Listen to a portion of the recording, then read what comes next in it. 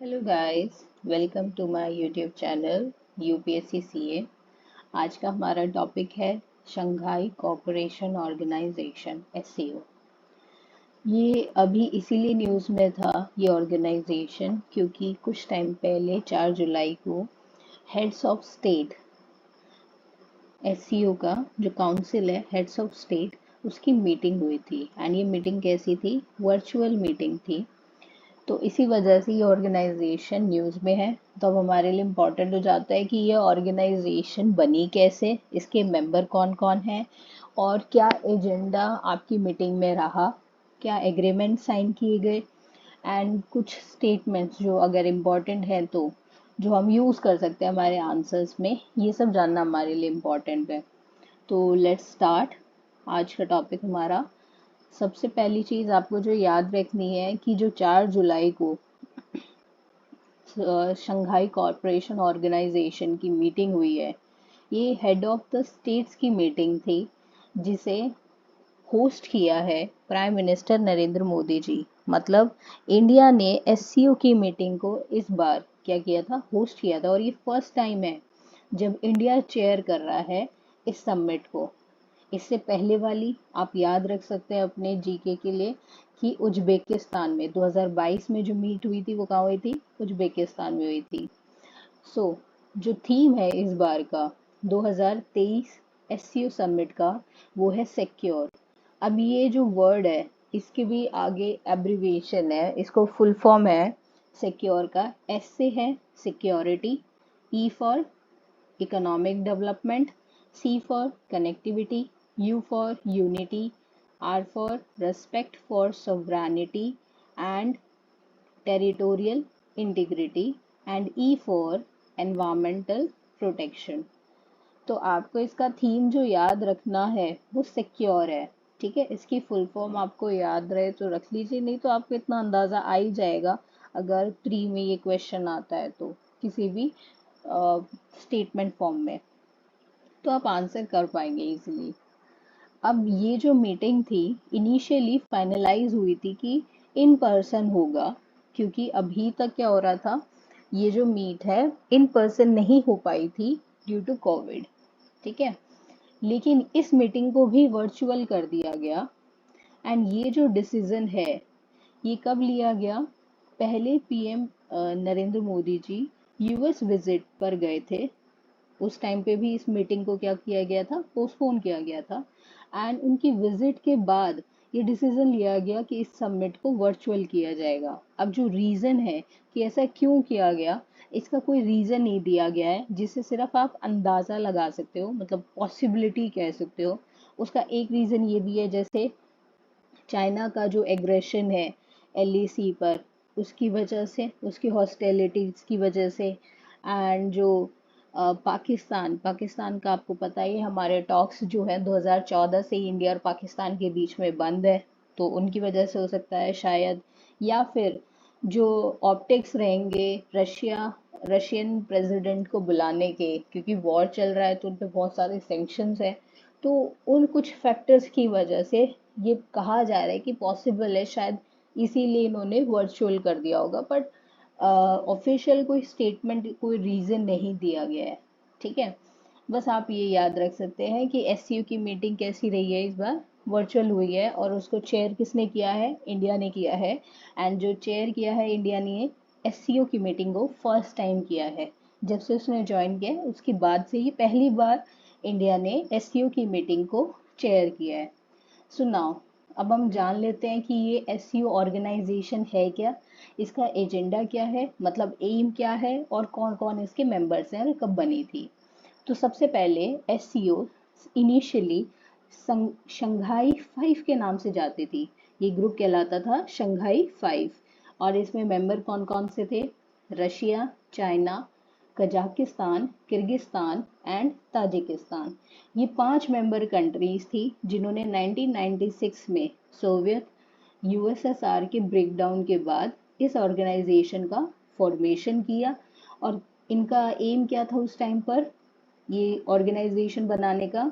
Regional security, reduction of border troops and terrorism, इन 3 वजहों से इन्होंने अपनी ऑर्गेनाइजेशन बनाई। लेटर ऑन इन 2001 शंघाई 5 को एक्सटेंड किया गया बाय इंडक्टिंग उज्बेकिस्तान। उज्बेकिस्तान को ऐड किया एंड फिर ये शंघाई 5 ऑर्गेनाइजेशन बन गई SCO, शंघाई कोऑपरेशन ऑर्गेनाइजेशन। ठीक है, शंघाई 5 से SCO बन गए 2001 में, ये याद रखना। अब बात आती है आपको मेंबर्स कैसे याद होंगे। आप सोचोगे यार कोई शॉर्ट फॉर्म बता दो, ये कैसे याद करें। So I don't believe in shortcuts. देखिए मैप आपको करने ही, आप यूपीएससी की प्रिपरेशन कर रहे हैं तो बेटर रहेगा मैप को देखकर याद कर लीजिए कि कौन इसके मेंबर्स हैं। देखिए मैप में अगर आपको दिख ही रहा है, जैसे सबसे पहला रशिया मेंबर है, इधर देखना चाइना मेंबर है, मंगोलिया नहीं है, इसको छोड़ दो, भूल जाओ, ये नहीं है। रशिया के ठीक नीचे कौन आता है यहाँ पर, ये कजाकिस्तान। कजाकिस्तान की इधर ये कौन है, किर्गिस्तान। और किर्गिस्तान के ठीक नीचे यहाँ पर कौन है, ये ताजिकिस्तान। तो ये 5 मेंबर्स हो गए। ठीक है, अब देखना ज़रा मैप में ही आपको दिखाई दे रहा होगा कि तुर्कमेनिस्तान जो है वो ज़्यादा आपका वेस्ट की तरफ है। तो आप ऐसा याद रख लीजिए कि 5 मेंबर चाहिए ना स्टार्टिंग के, तो 5 मेंबर आपके ये रहेंगे। ठीक है, एक साथ ही इनके बॉर्डर्स टच होते हैं क्योंकि इनका एम क्या था, बॉर्डर पर ट्रूप्स को कम करना ना, तो इनका बॉर्डर टच हो रहा है। तो तुर्कमेनिस्तान इस ग्रुप में नहीं है, तो आप इस तरीके से कंफ्यूज नहीं होगे क्योंकि जब बॉर्डर ही टच नहीं कर रहा है इनका तुर्कमेनिस्तान के साथ, तो ये कैसे इस ऑर्गेनाइजेशन में रहेगा। ठीक है, आपको शायद अब दिख रहा होगा क्लियरली। ठीक है ना। अब लास्ट में एक और कंट्री इन्होंने ज्वाइन किया, तो कजाकिस्तान के ठीक नीचे कौन है, उज्बेकिस्तान। बॉर्डर टच हो रहा है ना, तो इसीलिए 2001 में उज्बेकिस्तान को भी ऐड कर लिया गया। तो अभी कितने हो गए थे मेंबर्स, टोटल 6 मेंबर्स हो गए थे। देखिए ऐसा कोई कंपलसरी नहीं है कि बॉर्डर टच होना है तो ही कोई कंट्री SCO का मेंबर होगा, ऐसा कुछ नहीं है। बस ये मैंने आपको याद रखने के लिए कि आपको एक पिक्चर रहेगी दिमाग में SCO के नाम पर कि हाँ वो जो बॉर्डर टच होने वाली 5 ये कंट्रीज थी, इनसे स्टार्ट हुआ था, फिर उन्होंने एक और टच होने वाली, बॉर्डर टच करने वाली उज्बेकिस्तान को भी ऐड कर लिया था। इस जस्ट इसीलिए मैंने आपको बोला है, otherwise it is not compulsory. Okay, ऐसा कोई ऑर्गेनाइजेशन का रूल नहीं है। सो अब हम आगे बात करते हैं। तो 6 मेंबर्स हो गए 2001 में।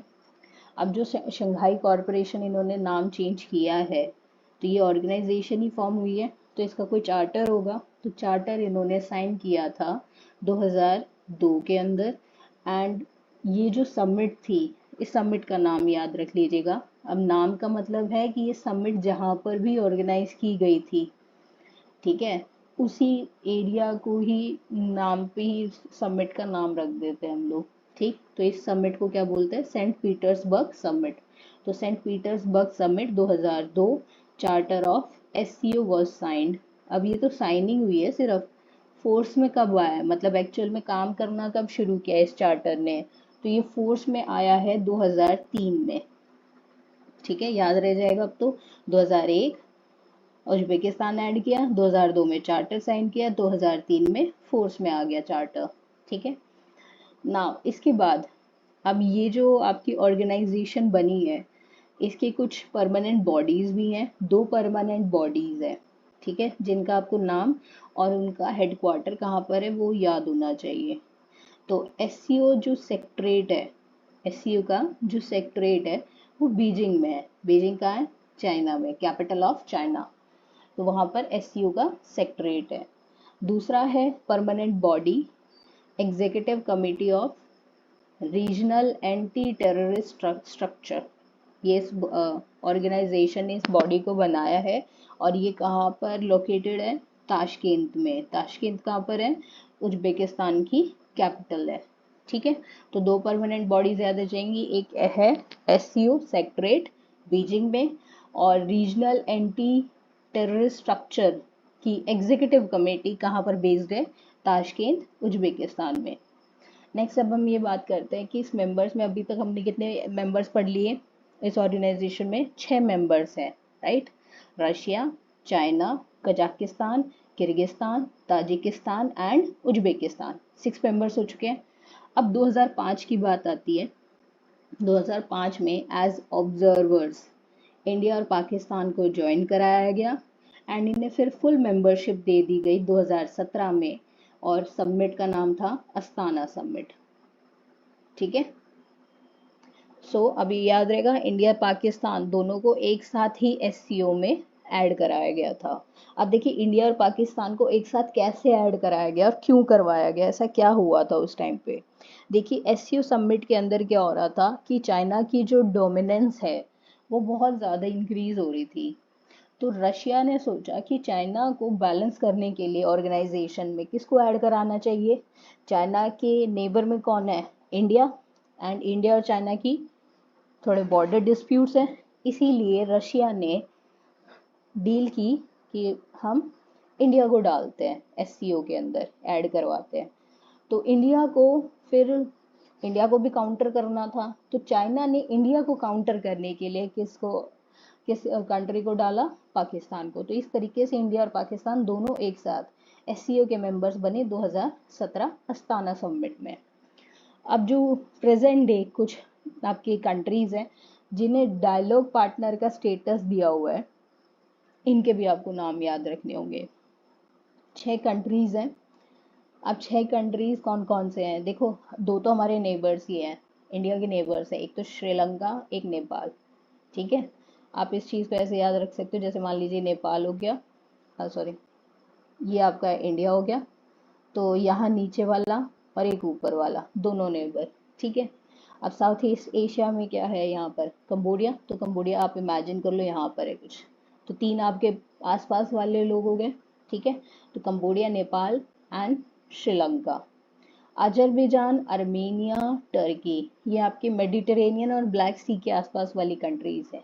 ठीक है, इन तीनों का भी नाम याद रखिएगा। टर्की को आई नो अब क्या बोला जाता है, तुर्की ये बोला जाता है, लेकिन अभी मैंने लिख दिया है, सब इसको इमेजिन कर लीजिए कि ये तुर्की ये लिखा हुआ है। ठीक है, सो तुर्की, अजरबैजान एंड अर्मेनिया, ये 3 कंट्रीज को डायलॉग पार्टनर का स्टेटस दिया हुआ है, और 3 कंट्रीज ऐसी हैं अभी जिन्हें ऑब्जर्वर स्टेटस मिला हुआ है। कौन कौन सी हैं ये, अफगानिस्तान, बेलारूस, मंगोलिया। ये जो तीनों कंट्रीज हैं ये एससीओ का मेंबर बनना चाहते हैं। तो एक बार देख लीजिए आप मैप में, आपको मंगोलिया याद आ जाएगा कहाँ पर है। ये जो मैंने इनिशियली काटा था ये रहा मंगोलिया, ये ऐड होना चाहता है, एंड अफगानिस्तान ये वाला भी ऐड होना चाहता है। ठीक है, इसमें बेलारूस दिख नहीं रहा आपको, सॉरी फॉर दैट, पर आप इसको अपने मैप में देख लीजिएगा। ठीक है, तो 3 कंट्रीज है जिन्हें ऑब्जर्वर स्टेटस मिला हुआ है। किस किस को मिला हुआ है ऑब्जर्वर स्टेटस, रिवाइंड कीजिए, अफगानिस्तान, बेलारूस एंड मंगोलिया। किस कंट्रीज को डायलॉग पार्टनर स्टेटस मिला हुआ है, Nepal, Sri Lanka, Cambodia, Turkey, Azerbaijan and Armenia. अब जो एससीओ ऑर्गेनाइजेशन है इसकी कोई ऑफिशियल लैंग्वेज होगी, इसकी ऑफिशियल लैंग्वेज है चाइनीज एंड रशियन। ठीक है, चाइनीज मैंडरीन जो भी लैंग्वेज है वो इसकी ऑफिशियल लैंग्वेज है। नाउ लेट्स कम टू क्या गोल है इस एससीओ का। वो तो पहले वाला जो 3 चीज़ें हमने पढ़ी थी, बॉर्डर के ऊपर ट्रूप्स कम करना, रीजनल सिक्योरिटी एंड टेररिज्म, ये तीनों तो शंघाई 5 के थे, एससीओ बन चुका है अब तो ये। तो इसकी क्या है, पूरा गोल पढ़ लीजिएगा, एक बार देख लीजिए। Strengthening mutual trust and neighbourliness among the member states, promoting their effective cooperation in politics, trade, economy, research and technology and culture, making joint efforts to maintain and ensure peace, security, and stability in the region, and moving towards the establishment of democratic, fair, and rational new new international political and economic order. ये मैंने आपको पूरा गोल इसलिए नहीं पढ़वाया कि आपको ये रट्टा लगाना है, ऐसा कोई ज़रूरी नहीं है, बस आपको दिमाग में होना चाहिए क्या बेसिक पिलर्स हैं कि भी कहाँ कहाँ कॉपरेशन रहेगा, ये एक दूसरे के साथ करेंगे, पॉलिटिक्स में, ट्रेड में, economy, research, technology and culture. कभी कभी एग्जाम्स में पूछ लिया जाता है इसका गोल क्या है, किस चीज किन फैक्टर्स को ये डील करता है, तो आपको आइडिया होना चाहिए। ठीक है। अब जो इस गोल के अंदर ये लास्ट लाइन है, जिसे मैंने ज़्यादा एम्फसाइज किया आपके लिए, वो new international political and economic order. इस लाइन का मतलब समझते हैं ताकि आपको समझ आ सके कि हम एससीओ को एक और टर्म देते हैं कि एससीओ जो ये ऑर्गेनाइजेशन है, इसे कहा जाता है कि ये एक एंटी नाटो ऑर्गेनाइजेशन बनाई गई है। अब क्यों कहा जाता है, वो इसी लाइन के अंदर है आंसर। न्यू इंटरनेशनल, कि आप कोई इंटरनेशनल पॉलिटिकल एंड इकोनॉमिक कोई एक नई ऑर्डर क्रिएट करना चाह रहे हो, तो इसे इस लाइन को यूएस एंड यूरोप समझता है कि जो एससीओ है वो एंटी नाटो बनाई गई है, कि एक मिलिट्री कॉपरेशन बनाना चाह रहे हैं ये, तभी तो आप कोई नया इंटरनेशनल ऑर्डर एस्टेब्लिश करोगे। अभी तो नेशनल इंटरनेशनल ऑर्डर क्या है कि यूएस की हेजेमनी है, यूरोप बेस्ड होते हैं आपके बहुत सारे टॉपिक्स, उन्हीं के ओरिएंटेड होते हैं आपके जो भी इंटरनेशनल टॉपिक्स होते हैं। तो उस टाइम पर यूएस एंड यूरोप ने इस ऑर्गेनाइजेशन की फॉर्मेशन को समझा कि ये जैसे हमने नाटो बनाई हुई है, ऐसे ये लोग हमारे अगेंस्ट एक और ऑर्गेनाइजेशन बना रहे हैं जिसमें सिर्फ आपके यूरोप और एशिया की कंट्रीज हैं। ठीक है। और ये जो आपका टर्म डब किया जाता है एससीओ को एंटी नाटो, इस चीज़ को और कंफर्मेशन कब मिला कि ये सारी जो एससीओ वाली कंट्रीज हैं एक दूसरे के साथ कोऑपरेट करेंगे मिलिट्री भी। ठीक है। ये तब हुआ जब 2014 में रशिया ने क्रीमिया के ऊपर अपना एनेक्स करने की कोशिश की। ठीक है, एनेक्स किया था उस टाइम पर। तो जब रशिया ने क्रीमिया को 2014 में एनेक्स कर लिया था, उस टाइम पर जो बाकी के कंट्रीज है वर्ल्ड के, उन्होंने रशिया के ऊपर सैंक्शंस लगाए थे, जैसे अभी लगाए हुए हैं वैसे ही पहले भी लगाए हुए थे। तो उस टाइम पर चाइना ने रशिया की हेल्प करी, उसकी इकोनॉमी को ज़्यादा इफेक्ट ना हो, उसके लिए चाइना ने रशिया के साथ 400 billion gas pipeline agreement sign किया था। तो लोगों को लग गया कि ये तो एक दूसरे की सपोर्ट करने वाला एक ऑर्गेनाइजेशन है जो नाटो के अगेंस्ट काम करेगा। ठीक है। एंड फिर इस चीज़ से आप ये भी समझ सकते हैं कि जब देखो रशिया के ऊपर सैंक्शंस लगाए गए 2014 में, तो उस टाइम पर चाइना ने उनकी हेल्प की। तो इसीलिए बाद में धीरे धीरे आपके रशियन प्रेसिडेंट एंड चाइना के जो प्रेसिडेंट है, इनके पर्सनल बॉन्ड्स की वजह से अब जो रशिया है और जो चाइना है वो बहुत ज़्यादा क्लोज आ रहे हैं। ठीक है, इनके रिलेशंस बेटर हो रहे हैं, जो आज के टाइम में इंडिया के लिए कंसर्न बनता जा रहा है। ठीक है। नाउ अब हम आगे बात करते हैं कि ये जो एससी ऑर्गेनाइजेशन है, देखो इसमें कौन है, इंडिया के जो एडवर्सरीज हैं, जो मतलब इसके अगेंस्ट काम करते हैं कंट्रीज, पाकिस्तान जिनके साथ हमारी नहीं बनती, चाइना जिनके साथ हमारी नहीं बनती है। तो क्या ये ऑर्गेनाइजेशन इन बायलेटरल इश्यूज को सॉल्व करने में सक्सेसफुल रही है? तो देखिए अब पैरामीटर्स देखते हैं। 2014 से इंडिया और पाकिस्तान के बीच में हर तरह का टाइज खत्म है, कोई टॉक नहीं है, कोई ट्रेड नहीं है, कुछ नहीं हो रहा है, सब बंद है। ठीक है। लेकिन उसके बावजूद एससीओ की सभी मीटिंग्स के अंदर, अब मीटिंग्स जो एससीओ की होती हैं वो 3 काउंसिल्स होती हैं इसकी, जिनके अंदर इनके मीटिंग होगी। एक होती है हेड्स ऑफ स्टेट, जो अभी रिसेंटली हुआ है, heads of government and council of foreign ministers.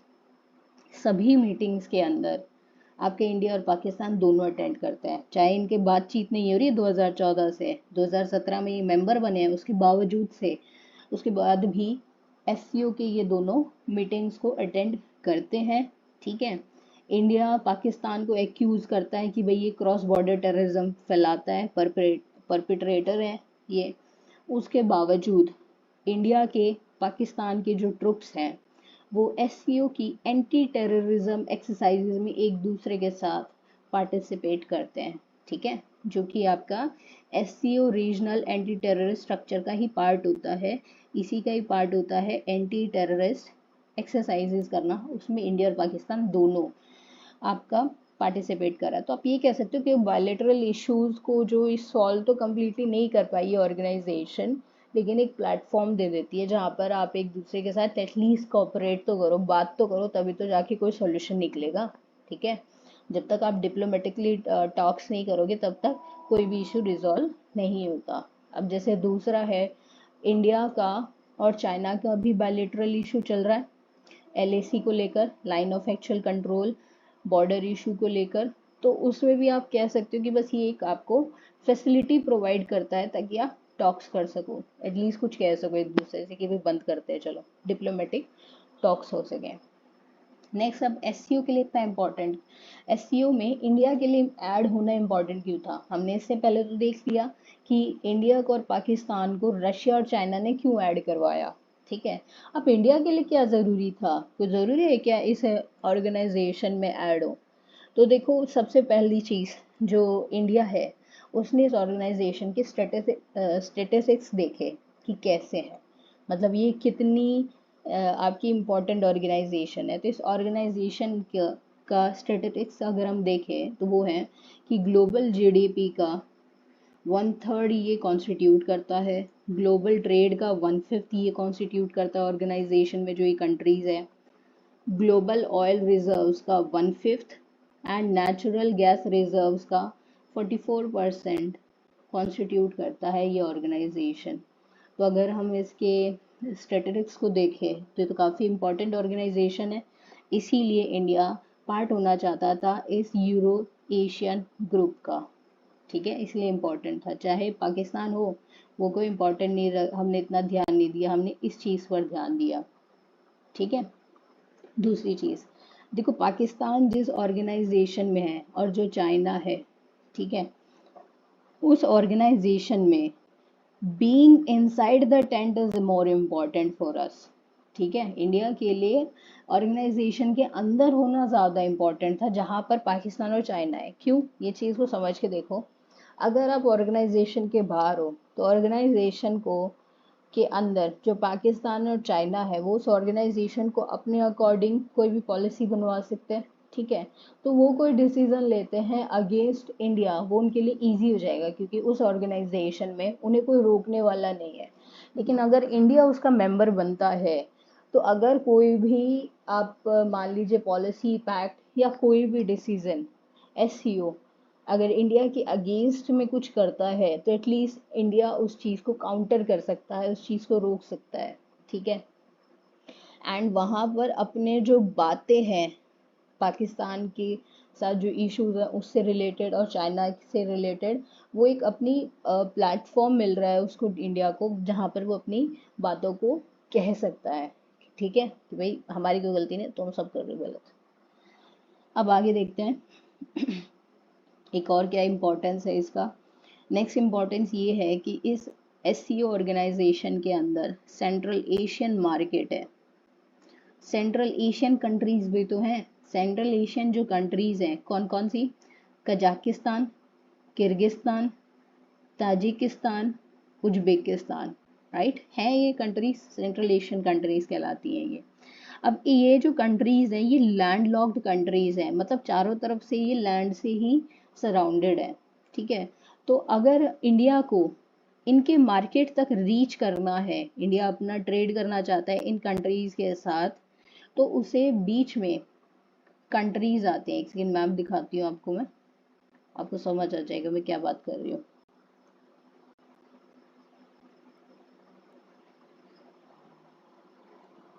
अब देखिए, सेंट्रल एशियन कंट्रीज कौन से? Kazakhstan, Kyrgyzstan and Tajikistan and Uzbekistan, ये जो कंट्रीज हैं। तुर्कमेनिस्तान भी सेंट्रल एशियन कंट्रीज में ही आता है, बट अभी इस ऑर्गेनाइजेशन में यही लोग हैं तो हम इन्हीं की बात करें। Kazakhstan, Uzbekistan, Tajikistan and Kyrgyzstan.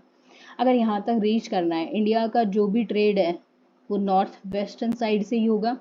North western side से आप इन कंट्रीज तक कैसे रीच कर सकते हो? पाकिस्तान के थ्रू जाओ, पाकिस्तान के थ्रू जाइए अफगानिस्तान, और अफगानिस्तान के बाद ये एंटर करेगा। यही एक रास्ता है। दूसरा रास्ता क्या है इंडिया के लिए? अपने गुजरात साइड जो पोर्ट्स हैं वहाँ से ईरान के जो पोर्ट है वहाँ तक अपना सामान पहुँचाया जाए, फिर ईरान के थ्रू ये एंटर करे तुर्कमेनिस्तान में और फिर ये सेंट्रल एशियन कंट्रीज में जाए, या फिर ईरान से जाए अफगानिस्तान और फिर ये आपका सेंट्रल एशियन कंट्रीज में जाए। तो आपके लिए मेजर कौन इम्पोर्टेंट है सेंट्रल एशियन तक पहुंचाने के लिए, पाकिस्तान या फिर ईरान? इन्हीं दो कंट्रीज के थ्रू ही आप सेंट्रल एशियन कंट्रीज तक जा सकते हो। ठीक है, तो ये जो ऑर्गेनाइजेशन है जिसमें पाकिस्तान भी है और सेंट्रल एशियन कंट्रीज भी हैं, तो इसी मार्केट को, सेंट्रल एशियन मार्केट को टैप करने के लिए ही इंडिया के लिए इम्पोर्टेंट था कि इस ऑर्गेनाइजेशन का मेंबर बनाया जाए। ठीक है, अब नेक्स्ट बात हम करते हैं कि जो एससीओ है उसका जो की पार्ट है वो क्या है?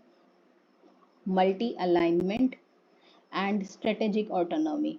ठीक है, ये जो ऑर्गेनाइजेशन है इसका मेन की parts multi alignment and strategic autonomy है, जिसकी वजह से जो इंडिया का कहते हैं ना, इंडिया का बहुत टाइम से ही क्या स्टांस रहा है कि भाई मैं सबके साथ अलाइन होऊंगा, सबके साथ अपने अपने स्ट्रेटेजिक्स होंगे कि भाई मान लीजिए मेरी रशिया के साथ बनती है तो मैं रशिया के साथ भी एंगेज होऊंगा, मेरी यूएसए के साथ भी बनती है तो मैं यूएसए के साथ भी करूंगा।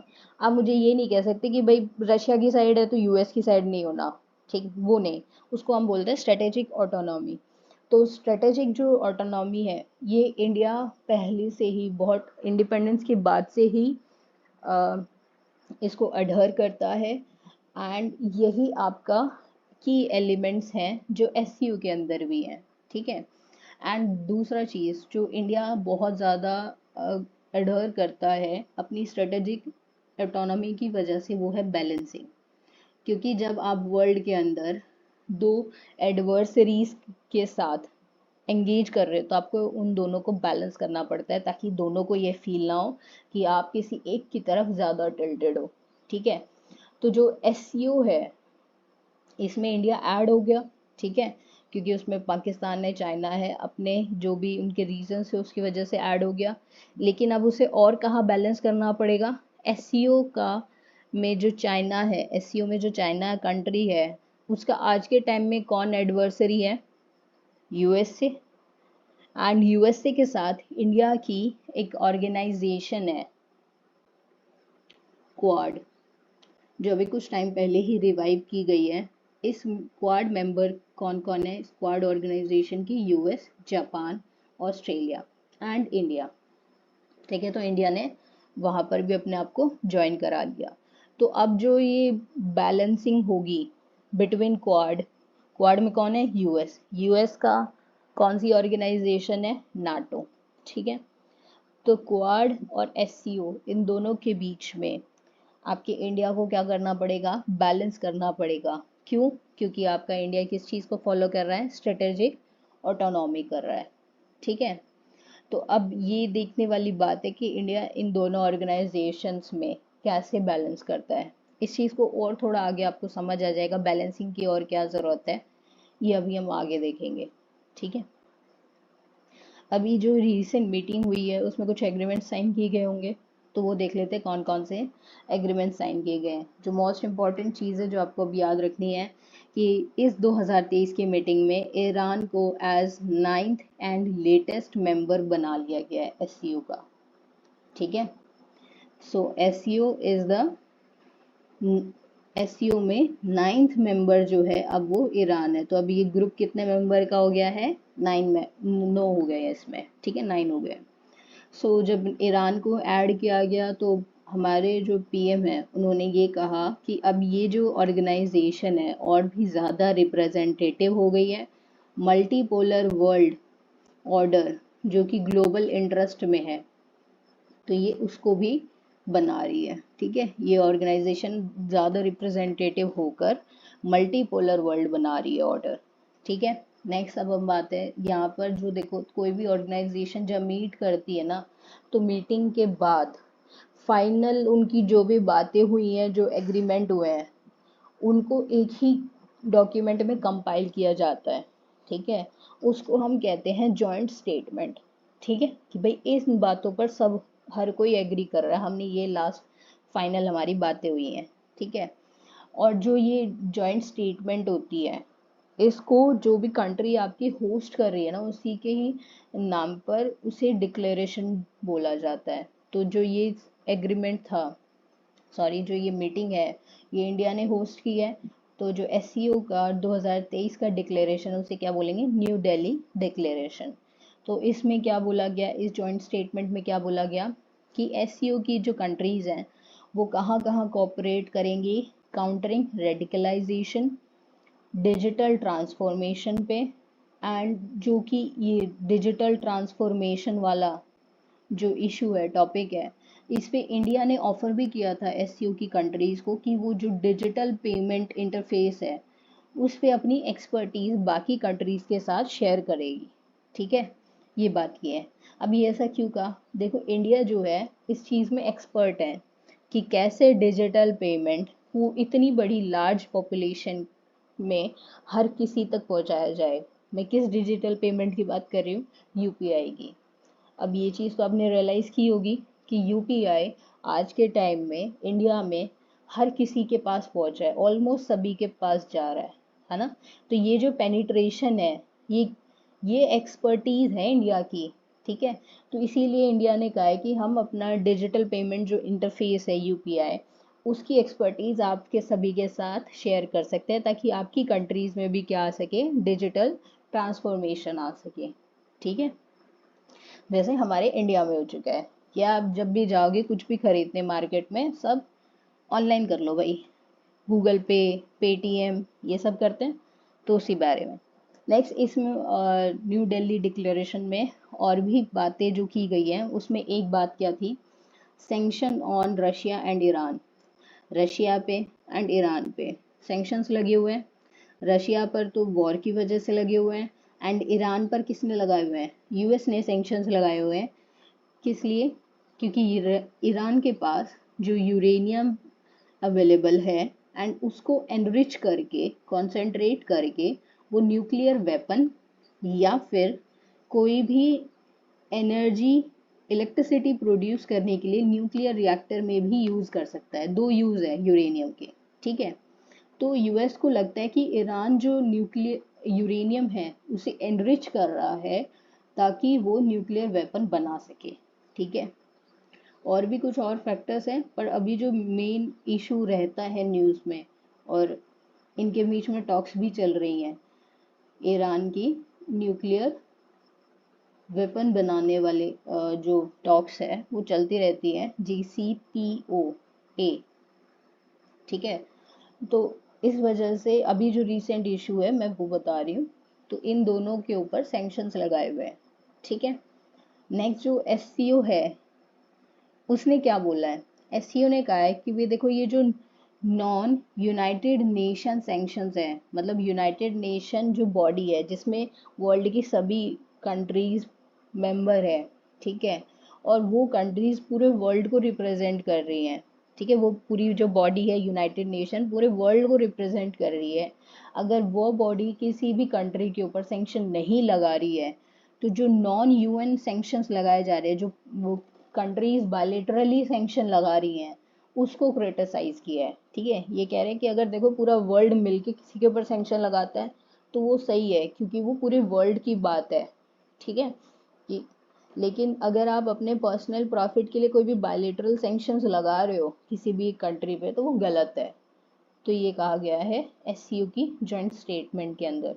और क्या बोला गया है, इन नॉन यूएन सैंक्शंस को incompatible with principles of international law. इस वर्ड को आप यूज़ कर सकते हो जब आपको लगे, आप आंसर में यूज़ कर सकते हो। आगे क्या बोला है, which have a negative impact on other countries. ठीक है, नेक्स्ट एससीओ के मेंबर्स ने एग्री किया है कि वो एक्सप्लोर करेंगे, देखेंगे कि कैसे पॉसिबल है कि हम अपनी नेशनल करेंसीज को यूज़ करें ताकि पेमेंट की जा सके with in the group. Group के अंदर ही जो मेंबर कंट्रीज हैं वो एक दूसरे के साथ जो ट्रेड कर रही हैं उसे कह रहे हैं कि हम एक काम करते हैं, अपनी करेंसीज को ही यूज़ कर ले, कुछ ऐसा एक तरीका निकालते हैं। ठीक है, इंस्टेड ऑफ जो अभी फ़िलहाल यूज़ होता है डॉलर बेस्ड पेमेंट्स, उसकी जगह पर ये ऐसा क्यों हो रहा है? क्योंकि देखिए आज के टाइम में जब वॉर स्टार्ट हुई है, उसके बाद से जो ऑयल के प्राइसेस है वो बहुत ज़्यादा फॉल डाउन हुए थे। ठीक है, उसके बाद यूएस का जो डॉलर है वो भी बहुत ज़्यादा राइज कर गया, जिस वजह से जो दूसरी कंट्रीज है वहाँ पर रिसेशन लाइक प्रॉब्लम्स आने लग गई, इकोनॉमिक क्राइसिस आने लग गए। ठीक है, तो इसीलिए आज के टाइम में ये एक नया ट्रेंड है, आया है।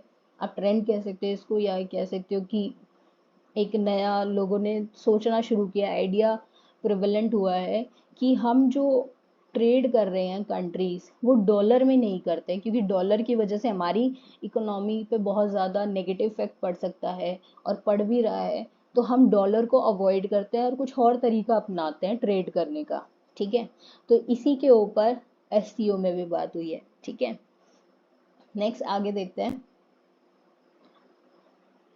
इंडिया ने जो इस समिट को होस्ट कर रहा था, उसने रिफ्यूज किया एक स्टेटमेंट को लेकर। इस जॉइंट स्टेटमेंट के अंदर एक पैराग्राफ था जो चाइना की बेल्ट एंड रोड इनिशिएटिव से रिलेटेड है। ठीक है, अब ये यहाँ पर मेंशन क्यों हुआ? क्योंकि चाइना अभी अपने बेल्ट एंड रोड इनिशिएटिव की 10th एनिवर्सरी मना रहा है। ठीक है, अब ये जो 10th एनिवर्सरी मना रहा था, तो उसने बोला कि भाई सभी कंट्रीज आप मेरे साथ एग्री करते हो, इस चीज़ में फेवर में हो बेल्ट एंड रोड इनिशिएटिव के। तो एससीओ के सभी मेंबर्स ने हाँ की है, उनकी तरफ हाँ कि भाई ठीक है, हम आपका सपोर्ट करते हैं आपके बेल्ट एंड रोड इनिशिएटिव को। लेकिन इंडिया ने रिफ्यूज किया है। ठीक है, इंडिया ने उसके लिए हामी नहीं भरी है एससीओ मीटिंग में। एंड जो दूसरी चीज़ चाइना की तरफ से दी गई है वो है एससीओ इकोनॉमिक डेवलपमेंट स्ट्रेटेजी 2030। ठीक है, इकोनॉमिक डेवलपमेंट स्ट्रेटेजी, इसके ऊपर भी इंडिया ने अपनी सहमति नहीं दी है। और मीटिंग के अंदर जो ये जॉइंट स्टेटमेंट लिखी जा रही है, उस पैराग्राफ के अंदर इंडिया का नाम नहीं है, बल्कि क्या लिखा गया है, इंटरेस्टेड मेंबर स्टेट्स जो बीआरआई या इकोनॉमिक स्टेटमेंट को सपोर्ट करते हैं, वो इंटरेस्टेड मेंबर स्टेट्स लिखा हुआ है, वहाँ इंडिया को मेंशन नहीं किया गया है। ठीक है, अब इंडिया क्यों अपोज कर रहा है बीआरआई? क्या प्रॉब्लम है इंडिया को बीआरआई से? देखिए चाइना का जो बेल्ट एंड रोड इनिशिएटिव है, वो पास उसका एक ब्रांच है सीपैक। ठीक है, अब जो ये सीपैक है, ये एक रेल, रोड, पोर्ट, इनका एक लिंक बनाया गया है। ठीक है, फ्रॉम चाइना के रीजन से लेकर पाकिस्तान के ग्वादार पोर्ट तक। ठीक है, पूरा एक रोड बनाया हुआ है, आप ये समझ लीजिए। ठीक है, अब ये जो रोड है चाइना से जो पाकिस्तान जा रहा है, वो इंडिया के पीओके से होकर जाता है, पाकिस्तान ऑक्यूपाइड कश्मीर से होकर गुजरता है। अब देखो, अगर आप कोई भी रोड निकाल रहे हो, कुछ भी कर रहे हो, किसी और के एरिया से कर रहे हो, तो आपको उससे पूछना चाहिए।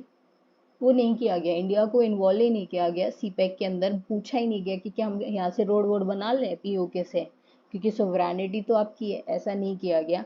इसीलिए इंडिया अपोज करता है। ठीक है, देखो चाइना और पाकिस्तान का मानना ये हो सकता है कि भाई पाकिस्तान ने जब उस एरिया को ऑक्यूपाई किया हुआ है, तो वो एरिया पाकिस्तान का हुआ, तो इन लोगों ने उस अंडरस्टैंडिंग के ऊपर बोल दिया होगा कि चलो बना लेते हैं। ठीक है, लेकिन इंडिया भी तो क्लेम कर रहा है ना उस एरिया को। इंडिया क्या कह रहा है, एरिया मेरा है, सुवरेनिटी मेरी है। तुमने जबरदस्ती, आपने किसी के घर में घुसकर आप रह रहे हो जबरदस्ती, तो वो घर आपका तो नहीं हो जाएगा ना। ठीक है, इसीलिए इंडिया जो है वो बीआरआई के अगेंस्ट है। और एससीओ की मीटिंग में भी इंडिया ने काफ़ी अच्छे से अपनी ये बात रखी हुई है, मना भी किया, अपोज भी किया है। ठीक है, जैसे कि डिक्लेरेशन में दिख रहा है। अब डिक्लेरेशन में और भी ग्लोबल जो चैलेंजेस हैं उनके ऊपर भी बात की गई है, डिस्कशन हुई है।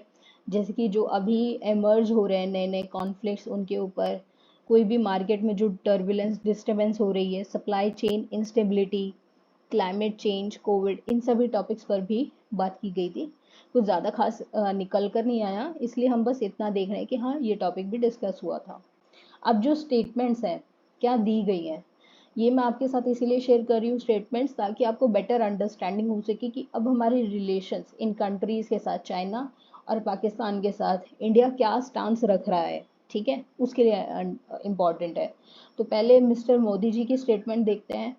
better connectivity not only enhances mutual trade but also fosters mutual trust. However, in these efforts, it is essential to uphold basic principles of SCO Charter, particularly respecting the sovereignty and regional integrity of the member states. ठीक है, तो last में क्या बोला है? sovereignty and regional integrity of the member states बोला हुआ है। किसके लिए बोला ये? बेटर कनेक्टिविटी के लिए। तो आपको समझ आ रहा है किसके लिए बोला गया है, किसकी तरफ इशारा किया गया है? बेल्ट एंड रोड इनिशिएटिव के लिए कहा गया है कि किसी भी कंट्री का सोवरानिटी को भी आपको रेस्पेक्ट करना होगा, रीजनल इंटीग्रिटी को भी, मेंबर स्टेट्स की जो रीजनल इंटीग्रिटी है उसको भी आपको रेस्पेक्ट करना होगा। ठीक है, तो ये दिख रहा है स्टेटमेंट कि BRI के अगेंस्ट ही दिया गया है। ठीक है, और कहा गया है कि ये तो भाई हमारा SCO का बेसिक प्रिंसिपल है, सोवरानिटी और रीजनल इंटीग्रिटी को रेस्पेक्ट करना, तो करो, क्यों नहीं कर रहे। अब चाइना की देखते हैं, चाइना ने क्या कहा है। चाइना ने अपनी 10th एनिवर्सरी मना रहे BRI की, ये हमने बात करी है, मेंशन किया है। तो उसने बोला है अपने नए ग्लोबल सिक्योरिटी इनिशिएटिव के लिए कि encouraging political statement of international and regional hotspots so as to forge a solid security shield in our region।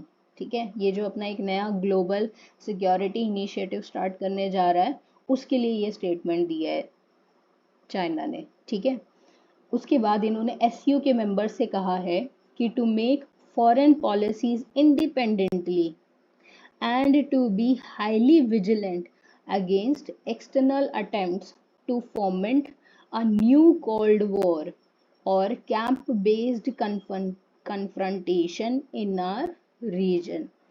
तो इस चीज़ में आपको समझ आया किसकी तरफ बोल रहा है? देखो, कोल्ड वॉर, भाई कोई नया कोल्ड वॉर का एक्सटर्नल अटेम्प्ट ना हो SCO मेंबर्स, इसीलिए आप अपनी फॉरेन पॉलिसीज जो है खुद बनाओ, इंडिपेंडेंटली बनाओ, किसी के इन्फ्लुएंस में ना बनाओ। ठीक, ये चीज़ डायरेक्टली US के लिए की जा रही है, उसे ब्लेम किया जा रहा है for interference and a cold war mentality के लिए, क्योंकि कोल्ड वॉर के टाइम पे क्या था, दो ब्लॉक्स बन गए थे वर्ल्ड में, एक US के अलाइंड थे और एक रशिया अलाइंड था।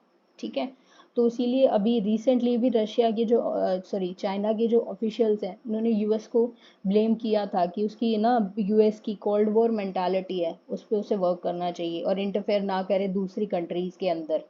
ठीक है, तो इसीलिए उन्होंने ये स्टेटमेंट दी है। अब जो चाइना के प्रेसिडेंट हैं उन्होंने रविंद्रनाथ टैगोर जी का भी कोट यूज़ किया था। सो जस्ट इसीलिए मैंने आपके लिए मेंशन कर दिया है, आपको याद रखना है तो आप याद रख सकते हैं। The sea of danger, doubt and denial around man's little island of certainty challenges him to dare the unknown. ठीक है, अब आगे देखते हैं, प्राइम मिनिस्टर जी ने पाकिस्तान के लिए भी कुछ कहा होगा, तो अब देखो क्या कहा है। इंडियन PM ने क्या कहा है। Some countries use terrorism as an instrument of their policies, provide shelter to terrorists. SCO should not hesitate to criticize such nations। समझ आ गया होगा टेररिज्म के नाम पर किसके लिए टारगेटेड है। आगे देखिए, there should be no place for double standards on such serious matters. ठीक है, ऑब्वियसली टेररिज्म कौन परपेट्रेट करता है इंडिया में? पाकिस्तान, तो पाकिस्तान के लिए डायरेक्टेड था। अब पाकिस्तान की बात सुन लीजिएगा, आपको और मज़ा आएगा, पॉलिटिक्स आपको समझ आएगी कि किस तरीके से काम करती है वर्ल्ड में। देखिए, पाकिस्तान ने टेररिज्म पर कहा है कि terrorism should not be used as cute for diplomatic point scoring instead of cherry picking for narrow political gains. Terrorism in its all forms and manifestations including state terrorism must be condemned।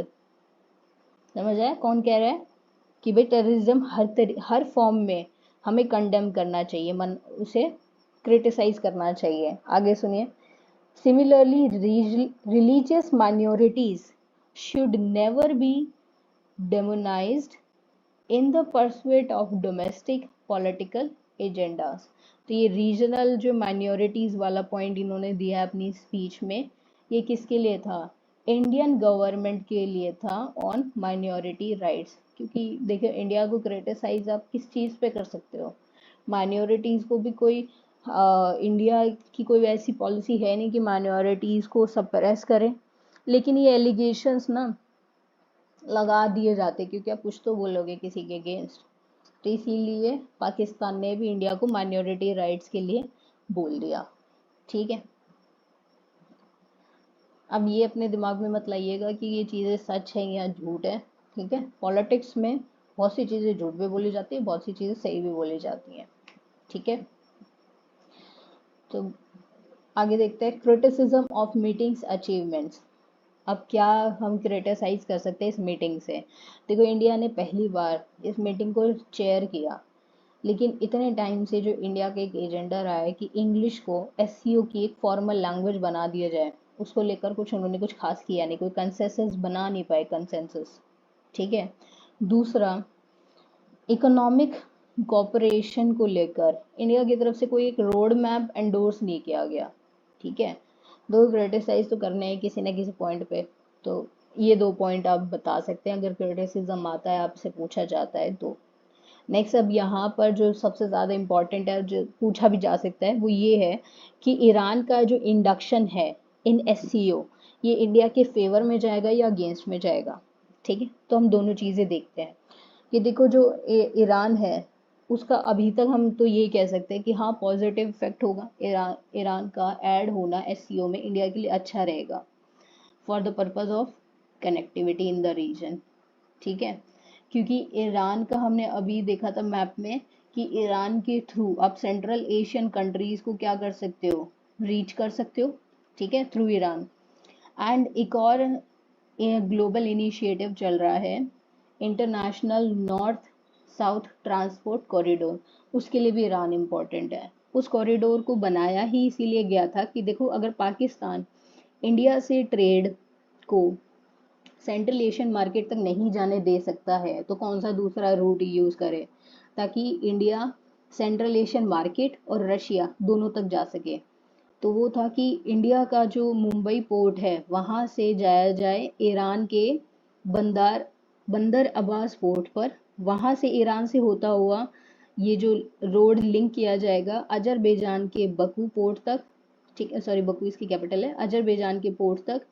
फिर ये आगे Kazakhstan के, ये mention ठीक से नहीं किया हुआ, इसको छोड़ सकते हो आप। ये अजरबैजान की बात आप समझ लीजिए कि ये आपका जाके कनेक्ट हो जाएगा सीधा रशिया के मॉस्को तक। ठीक है, तो ये रूट जो है इसको बोला गया है international north south transport corridor. और ये जो कॉरिडोर है ये बनाया इसीलिए जाने की कोशिश करने लगे क्योंकि इंडिया को ना रशिया के साथ ट्रेड करना है। अब रशिया के साथ ट्रेड करने के लिए इंडिया कैसे रीच कर सकता है, इसका नॉर्मल स्टैंडर्ड रूट क्या है कि यहाँ से जाया जाए और रेड सी के थ्रू होते हुए स्वेज कनाल के थ्रू होते हुए मेडिटेरेनियन सी, फिर ये से क्रॉस करो, ये आपके इंग्लिश चैनल वगैरह को क्रॉस करके बाल्टिक सी, इनके थ्रू आप रशिया तक पहुंच सकते हो। तो बहुत लंबा है।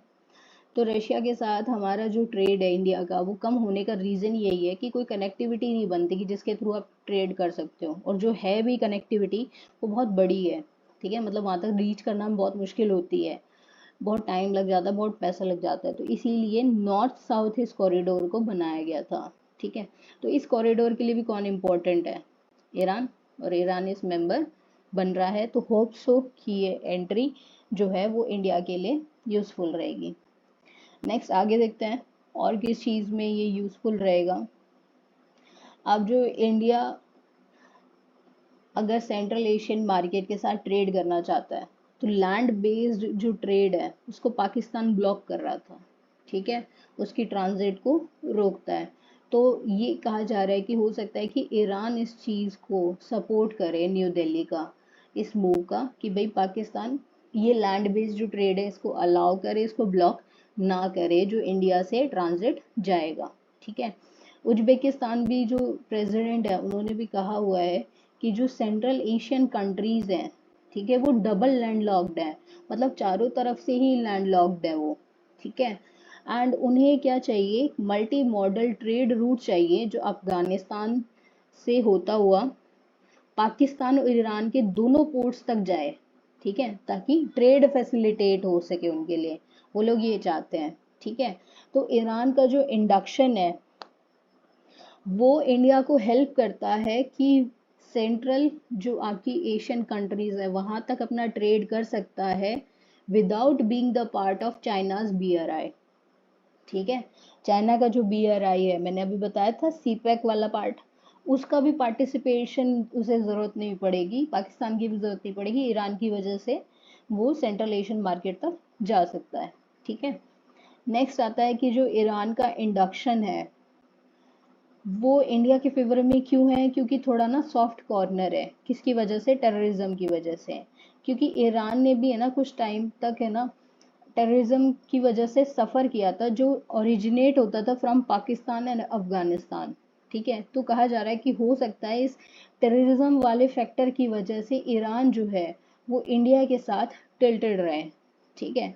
लेकिन नेगेटिव क्या है, नेगेटिव ज़्यादा अभी माना जा रहा है कि थोड़ा ज़्यादा पावरफुल हो सकता है, वो ये है कि ईरान के ऊपर यूएस ने सैंक्शंस लगाए थे, जैसे मैंने अभी बताया न्यूक्लियर टेस्ट की वजह से, जो sorry uranium enrichment new Iran कर रहा है, उसके पास जो टेक्नोलॉजी है वो कर लेता है, जिससे वो न्यूक्लियर वेपन भी बना सकता है या सिविल यूज़ के लिए इलेक्ट्रिसिटी भी जनरेट कर सकता है। उसके लिए यूएस ने ईरान पर क्या लगाया हुआ है, सैंक्शन लगाए हुए हैं, विद द एलिगेशन कि ईरान जो यूरेनियम की एनरिचमेंट करता है उससे वो सिविल यूज़ नहीं करेगा, न्यूक्लियर वेपन बनाएगा। इसीलिए यूएस कहता है कि जस्टिफाई करता है अपने इस एक्शन को कि हम ईरान पर सैंक्शंस लगा रहे हैं।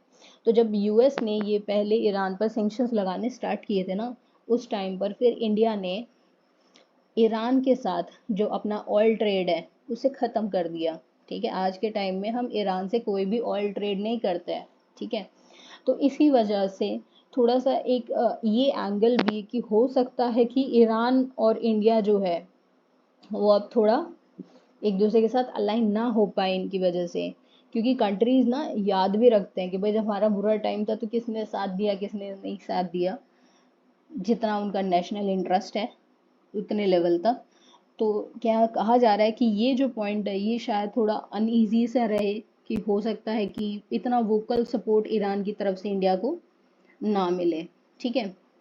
एंड दूसरा जो नेगेटिव पॉइंट है वो ये भी है कि देखो ईरान को अगर आप एससीओ में ऐड कर रहे हो, एससीओ को पहले ही यूएस यूरोप क्या बोलता है, ये तो एंटी नाटो फॉर्म है ना, एंटी वेस्ट फॉरम बोलता है वो इसको।